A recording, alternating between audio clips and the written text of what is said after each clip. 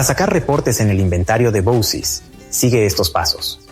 Accede al menú principal, selecciona Productos y luego Reportes. Aquí encontrarás 3 tipos de reportes disponibles. 1. Inventario.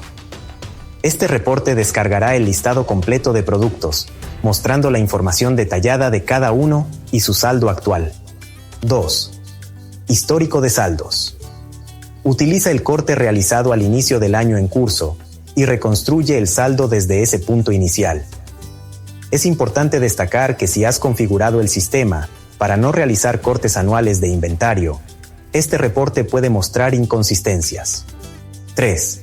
Reconstrucción de saldos. Utiliza el saldo actual y realiza una reconstrucción de saldos hacia atrás, hasta la fecha que definas. Este es el reporte que debes usar para establecer un saldo histórico si no has realizado cortes anuales. Además, puedes navegar a Menú, seleccionar Productos, luego Inventarios, hacer clic en Más opciones y seleccionar Filtrar para realizar una búsqueda más específica de tu inventario y descargar los resultados en formato Excel. Los filtros disponibles incluyen: tipo de producto. Puedes filtrar productos para la venta, productos de consumo o activos fijos. Estatus del producto. Filtra por el estado actual del producto. Saldo. Filtra por productos en firme o en consignación. Espacio específico. Define incluso un pasillo, estante o nivel particular. Proveedor. Filtra por el tipo de proveedor, firme o consignación, y por nombre específico del proveedor. Categoría y subcategorías. Filtra productos según su categoría y subcategorías. Ordenamiento específico.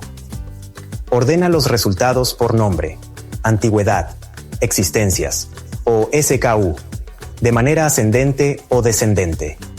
Estos filtros te permiten visualizar la data en pantalla de manera clara y ordenada, facilitando considerablemente la gestión de tus inventarios.